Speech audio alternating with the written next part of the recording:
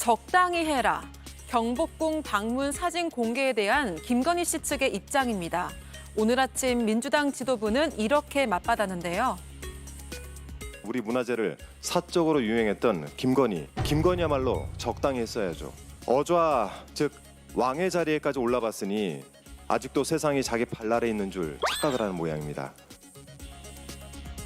누군가의 권유가 있어서 망설이다가 잠시 의자에 앉았던 것뿐이라는 김 씨 측. 결국 왕의 의자에 앉기는 앉았다는 겁니다. 게다가 김건희 씨가 수장고에 들어간 사실도 확인됐습니다. 조선 왕조실록 등이 보관된 수장고는 통제가 엄격해서 비밀의 방이라고도 불리는데요.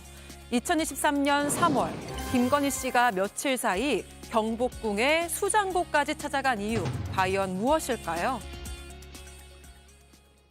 2023년 3월에 김건희 씨가 고궁박물관에 있는 수장고에 들어갔다는 사실이 오늘 공개가 됐습니다. 2023년 9월에는 경복궁 어좌에 앉은 그런 의혹도 있었고 지금 저희가 이렇게 리스트를 보여드리고 있습니다. 글쎄요, 김유정 의원님, 네.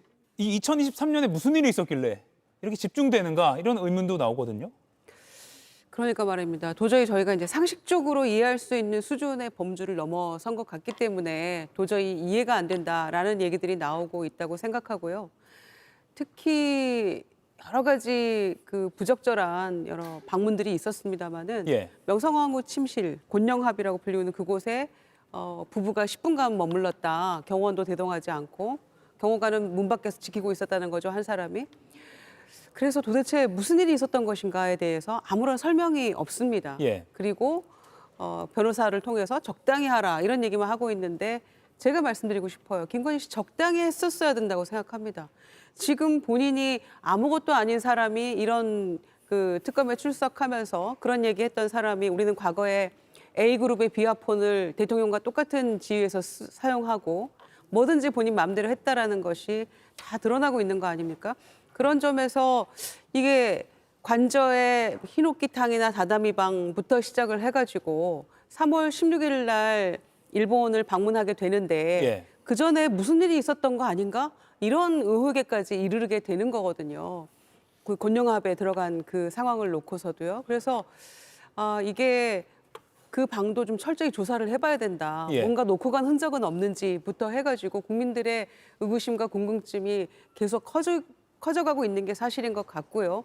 이 부분에 대해서 그냥 단순한 호기심 혹은 그냥 방문했다, 궁이 좋아서 예. 이런 말로는 전혀 납득이 안 되는 해명들이기 때문에 아마 저는 책임 있는 어떤 답변이 필요한 상황이다. 왜냐하면은 유네스코 세계문화유산이기도 한 궁도 있고 또 국가문화재로 지정된 곳들을 본인이 이렇게 마음대로 왔다 갔다 하면서도 어떤 제재도 받지 않고 심지어는 기록도 남기지 않고 예. 이런 모습은 상상할 수 없는 것이기 때문에 저는 이거는 몰상식이라는 그 한 단어로 저는 이 모든 상황이 정리가 된다고 봅니다. 예. 김동원 의원님, 네. 목적이 뭐였을까요? 글쎄요, 지금 주술 의혹까지 언급이 되지 않습니까? 주술 의혹을 제기를 해도 예. 사실은 방어할 만한 적당한 말이 없을 정도로 2023년도에 집중이 됐습니다.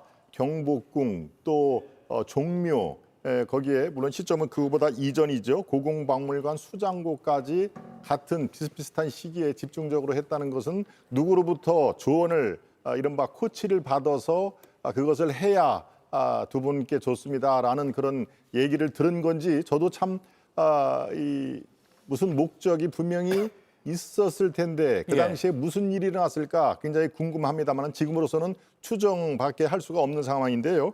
일각에서 분명히 이것은 주술이다.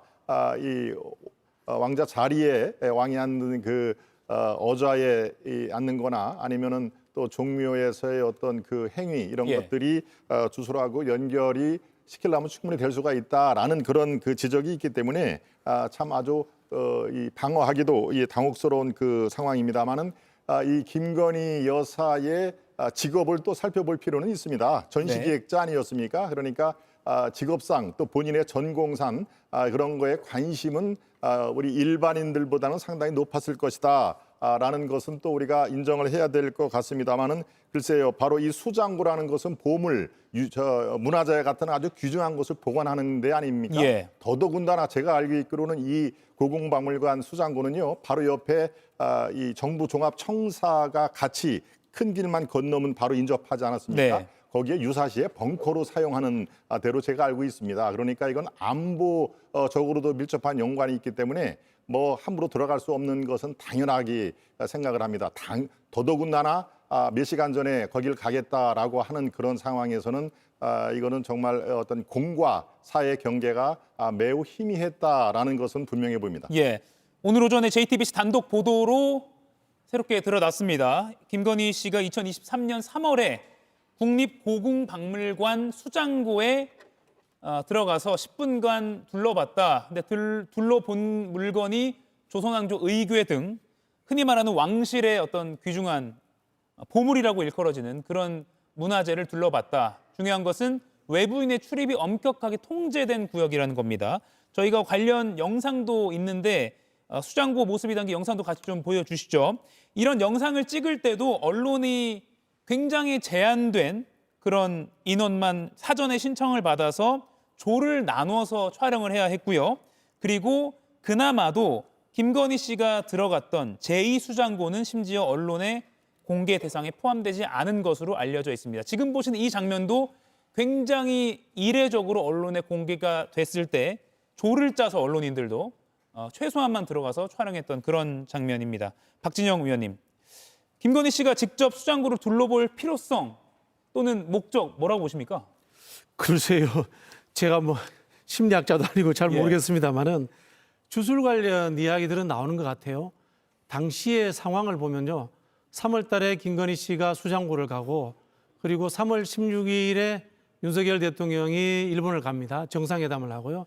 즉 그 해에 한일 정상회담이 많이 열렸습니다. 예. 그리고 기억나는 게 일제 강점기 때 강제징용 피해자들 관련해서 제3자 변제라는 것이 나와가지고 윤석열 정부가 또 비판을 받았어요. 그리고 또 하나 기억나는 게 김건희 씨 팬클럽에서 통일 대통령 이야기도 나올 때입니다. 그러다 보니까 뭐 주술적인 연계고리를 억지로 이렇게 만들려고 하지 않나 뭐 그런 생각도 듭니다만은 그거는 뭐 상상의 영역이고요. 저희가 확인할 수 있는 것은 공사 구별이 되지 않고 국가유산을 사유화했다라는 측면은 분명한 것 같고요. 특히 김건희 씨가 이 수장고 등을 둘러볼 때 그 명령을 김건희 씨가 문체부라든가 문화재청에 가겠다라고 내렸는가 아니면은 윤석열 대통령이 내렸는가 예. 이건 분명히 확인해 봐야 됩니다. 여차하면 이것 역시 국기문란 사건이 될 수 있다. 뭐 그런 생각이 드네요. 예, 국기문란 사건이 될 수 있다. 김기웅 의원님, 대통령들도 역대 대통령들이 이 수장고를 둘러본 사례가 없다고 하더라고요. 네. 예, 어떻게 보세요? 우선적으로 제가 볼 때 적절하지 못한 행동이라고 비판할 수밖에 없고요. 예, 다만 이 부분을 이제 주술적인 것과 연관시킨 거는 지나치다고 봅니다. 예를 들어서 거기에 뭐 갖다 놓으면 뭐 대통령이 또 되는 겁니까? 그게 아니잖아요. 제 주술이라는 측면은 보는 사람이 더 믿는 것 같아요. 김건희 여사나 이제 윤석열 전 대통령이 주술적인 사고를 한다는 끊임없이 계속 그런 프레임 속에 있는데 제가 하나 드리고 싶은 말씀은 김건희 여사는요. 윤석열 전 대통령이 되기 전에 그리고 서울중앙지검장이나 그다음에 검찰총장이 되기 전에 전시 기획가로서 인정을 받은 사람입니다. 그래서 예술의 전당에서 로스코 전이라고 했을 때 이때 이 기획을 하는 데 있어서 작품의 평가액만 2조 5천억이고요. 그다음에 자코메티전을 했을 때 이것도 2조 원이 됐습니다. 그러니까 제 말은 뭐냐면 성공한 전시 기획가로서 인정을 받았습니다. 그래서 저는 영부인이기 때문에 그거를 볼 수 있다고 생각 안 합니다. 절차와 그다음에 목적이 뚜렷하지 않은 상태에서 본인이 어떻게 보면 전시 기획가로서 관심이 있다고 해서 그걸 본다고 하면 그거는 적절하지 않죠. 다만 거기에서 더 나아가서 이른바 뭐 주술적 사고가 있다. 그리고 2023년도에 일본을 방문했습니다. 근데 그건 왜 그랬냐면 2023년도에 우리나라가 한미동맹 70주년이었습니다. 그래서 바이든과 윤석열 대통령 그리고 기시다 총리까지 해서 한미일이 70주년을 맞이해가지고 북한의 핵 도발에 대해서 같이 할 수 있는 부분에 대해서 공고하기 위한 일련의 흐름 속에서 예. 우리가 강제징용 문제를 제3자 방식으로 풀어내는 데 있어서 그게 중요하다고 해서 정치적 선택을 한 거지. 이게 뭐 주술적이고 1번을 그때 왜 갖고 그런 것과 연결시키는 거는 좀 경강부회가 아닌가 싶습니다. 예.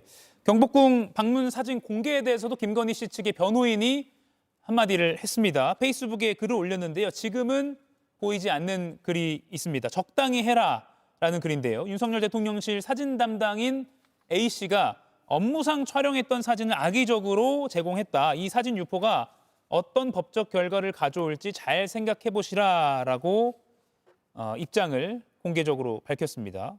박진영 의원님, 이거 일각에서는 추가적인 사진 공개 막으려는 거 아니야? 특히 어좌에 앉은 사진 이런 거 막으려는 거 아니야? 이런 분석도 있거든요. 어떻게 보셨습니까? 근데 막을 수 없을 것 같아요. 이게 대통령 기록물이 아니잖아요. 기록물이 아닌 상황인 거고 지금 이제 유포자로 추론되는 사람이 브이로그를 찍어가지고 좀 발성이 있었던 사람이에요. 예. 즉 남들에게 알리고 싶은 욕구를 굉장히 많이 가진 사람이다. 뭐 이렇기 때문에 저는 막을 수 없을 것이다라는 생각이 들고요. 일단 접근이 잘못됐어요. 이렇게 해괴망측한 일정을 잡아서 국민들에게 지탄받는 상황에 대해서 사과부터 해야죠. 본인들이 잘못했으니까 이게 외부에 흘러나가가지고 국민들의 지탄을 받게 된 거 아닙니까? 잘못된 행동에 대해서 사과부터 해야 되는데 사과를 하지 않고 오히려 이걸 막으려고 한다. 이게 저는 잘못됐다는 생각이 들고요. 예. 사실 이 부분은 김건희 씨가 인사를 자기 마음대로 해서 생긴 일이기도 해요. 아까 예. 우리 브이로그 찍었던 분 이야기를 했는데 그분 역시 공적인 영역의 일과 사적인 영역의 일을 정보 공개하는데 구별을 잘 못하는 분이에요. 인사를 잘못해서 생긴 자업자득이다. 그런 생각까지 듭니다. 예. 김기웅 의원님, 어좌에 앉은 김건희 씨의 사진 있긴 있답니까? 혹시 아세요? 저는 모르는데 예. 제가 볼 때는 있을 가능성은 좀 적다고 봅니다. 예. 김건희 여사 측에서 얘기하는 게 주변에 좀 권유를 해서 잠시 안 왔다고 하는데 그 말에 따르면 본인이 그걸 증거로서 남길 이유는 없지 않습니까?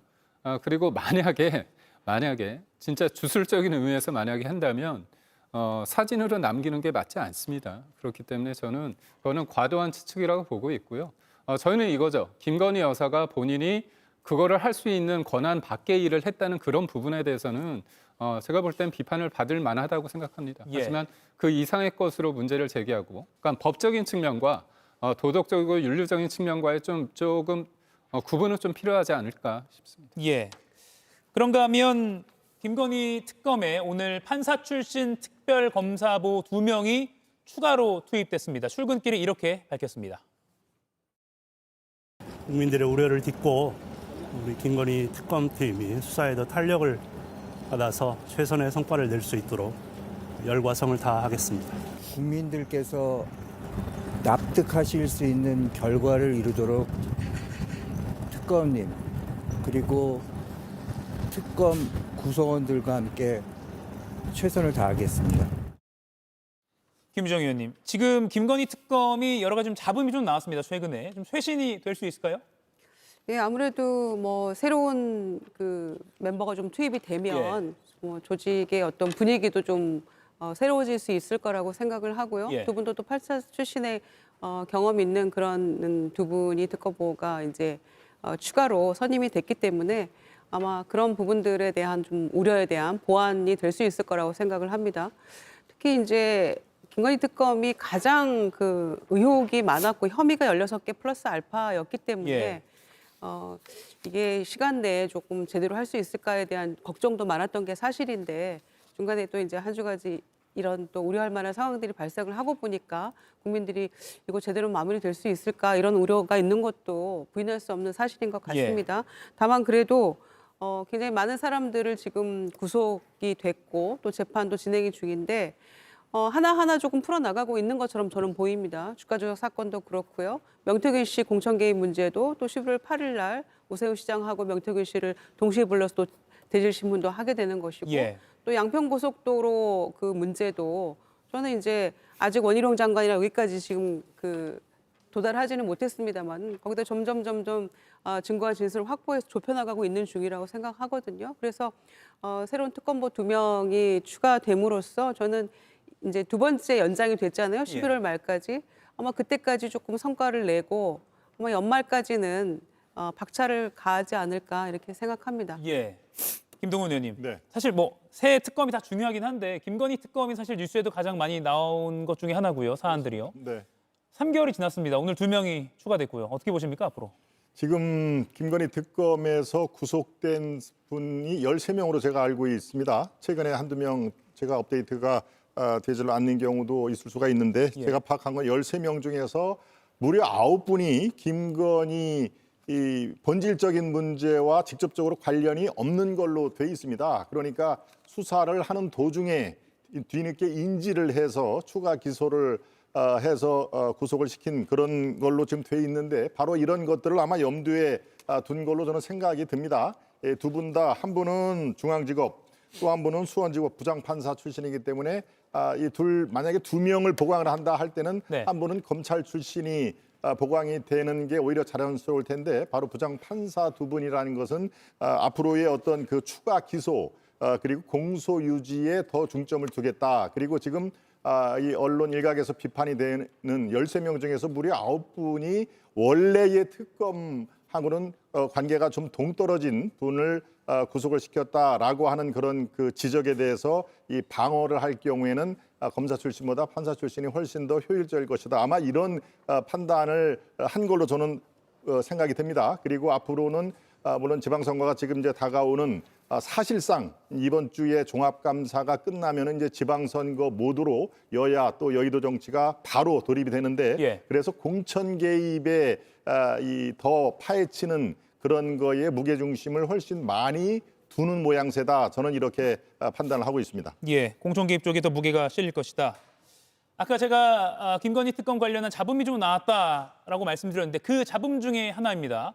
특검에 파견 근무 중이던 한문혁 부장검사, 도이치모터스 주가 조작 사건을 이끌었던 그 수사를 이끌었던 검사인데 파견이 해제가 됐습니다. 주가 조작 의혹 수사를 이끌었지만 이 한 장의 사진이 공개되며 논란이 된 건데요. 사진 보여주시죠. 한문혁 부장검사가 특검 훨씬 이전이긴 합니다만 이종호 전 블랙펄 인베스트 대표와 술자리를 가졌다는 사실이 뒤늦게 드러난 겁니다. 박진영 의원님, 이건 부적절해 보입니다. 부적절한 것 이상이죠. 예. 본인이 물론 뭐 담당 검사는 아니었습니다만은 같은 공간에 근무했던 걸로 지금 알려져 있거든요.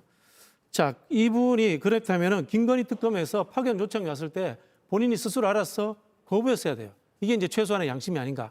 뭐 그런 생각이 들고요. 그걸 모른 척하고 본인이 과거에 그런 연관관계가 있는데 특검이 왔단 말입니다. 그럼 제대로 특검 수사를 했겠어요? 그런 의심이 되는 거고요. 또 한편으로는 그럼 돌아가면 그만이냐? 그렇지 않다고 봅니다. 저는 이 사람에 대해서 윤리감찰이 이루어져야 된다라는 생각이 들고요. 그 윤리감찰이 대검이 아니라 3급 기관인 법무부에서 윤리감찰이 이루어져야 되지 않나. 뭐 그런 말씀을 드리고 싶고요. 더불어서 특검 관련 한 말씀을 드리면요. 특검이 김건희 씨가 저지른 비리라든가 부정의 의혹들을 파헤치는 것도 중요합니다만은 김건희 씨의 비리 의혹들을 압력을 행사하거나 무마하거나 축소했던 국가 공권력에 근무했던 사람들의 문제점들까지도 저는 파헤쳐야 된다. 그런 부분에서 저는 우리 한 검사가 어쩌면은 수사의 대상으로 바뀔 수도 있지 않을까라는 말씀 드리고 싶어요. 김동훈 의원님. 네.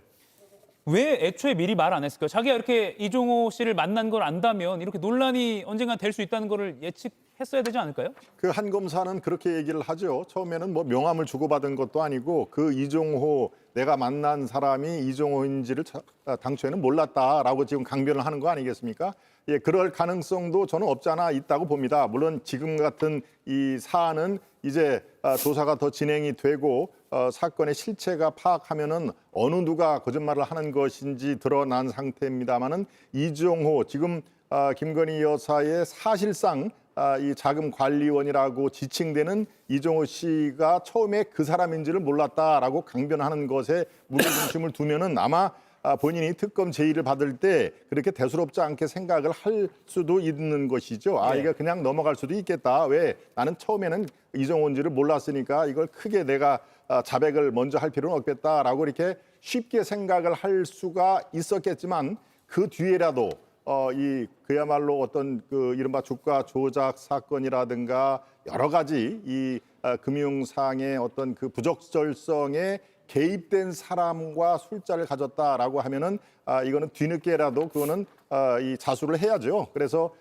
부적절하면은 저는 특검을 더 이상 못하겠습니다. 돌아가겠습니다라고 얘기를 했는데 바로 그 과정이 빠진 것에 대한 지적은 충분히 있을 수가 있습니다. 예. 그러니까 본인이 그냥 넘어갈 수 있는 이 문제로 판단했다는 것은 글쎄요, 정무적 판단에 조금 문제가 있는 상황이고요. 아마도 이렇게 생각할 수가 있겠습니다. 그 사진 한 장 공개된 것 때문에 지금 예. 파란 이런 아주 난리가 되는데, 바로 그 특검, 지금 이 특검 자체는 바로 뭡니까, 미공개 정보를 이용해서 1억 수천만 원의 부당이득을 챙기는 예. 사실상의 범법 행위를 한 것을 비교를 하면은 이거는 한문혁 검사만 일방적으로 두들겨 맞는 그런 그 성격은 억울할 수도 있다. 본인은 아마 그렇게 생각할 수도 있다. 이런 판단이 듭니다. 예, 본인은 그렇게 생각할 수 있지만 아무튼 대검 차원에서 진상 조사를 들어갈 예정입니다. 이미 들어갔을 수도 있고요.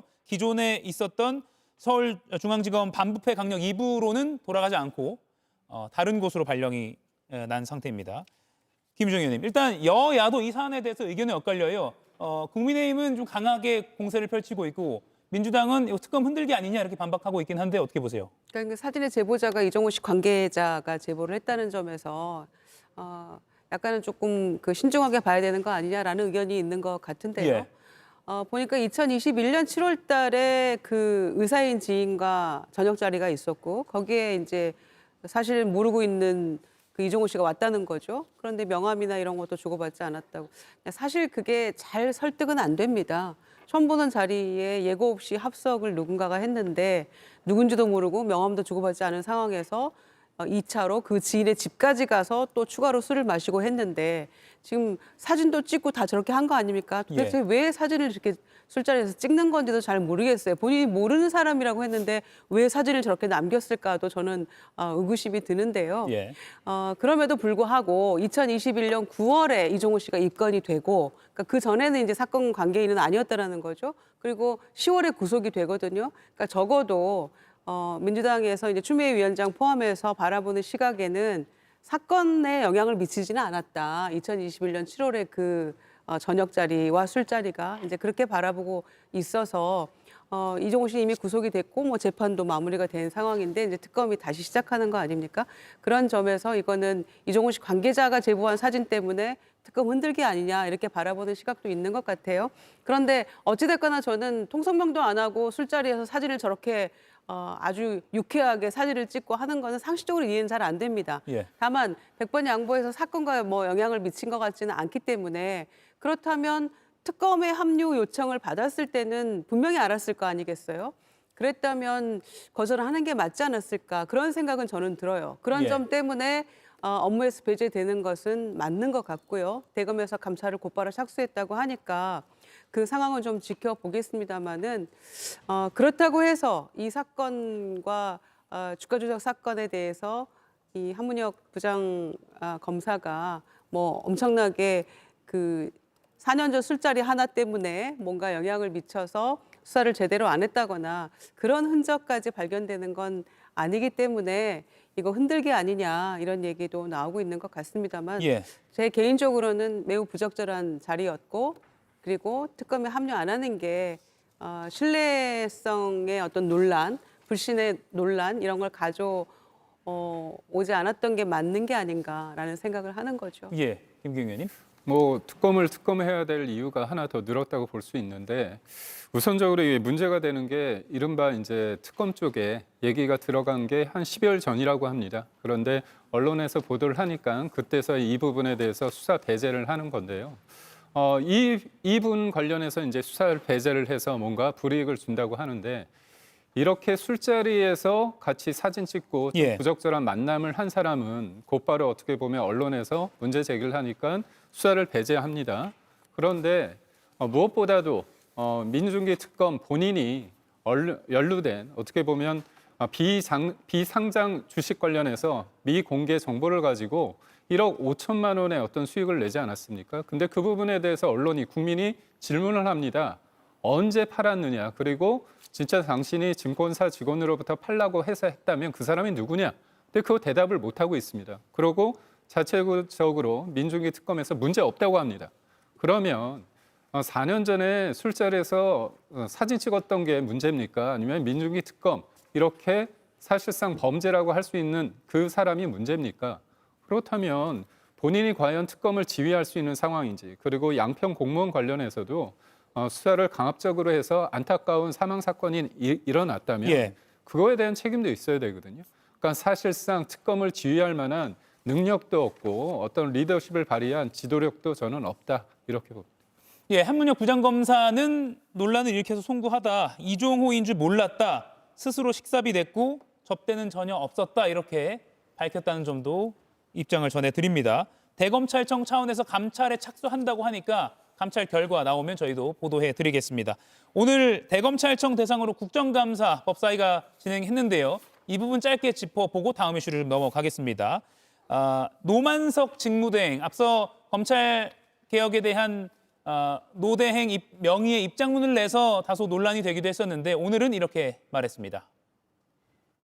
검찰개혁에 반대하는 것 아니다는 그런 얘기입니까? 예, 저희들도 검찰이 좋은 방향으로 개혁은 돼야 된다는 것은 공감을 하고 있습니다. 그럼 언론이 오보네요?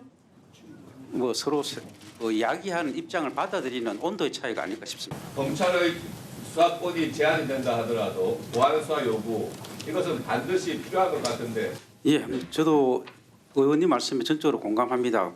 지금 검찰의 보안 수사, 저는 그걸 범죄로부터 국민을 보호하는 제2저지선 내지는 제2방어선이라고 생각합니다. 예, 검찰이 검찰 개혁에 반대한 입장은 아니다. 박진영 의원님, 앞서 입장문과 비교하면 조금 달라졌다고 봐야 될까요? 뭐 달라진 것 같습니다만은 저는 뭐 개인적으로 윤석열 정부에서 보는 검찰이나 이재명 정부에서 보는 검찰이나 시각이 달라졌으면 되지 않는다고 봅니다.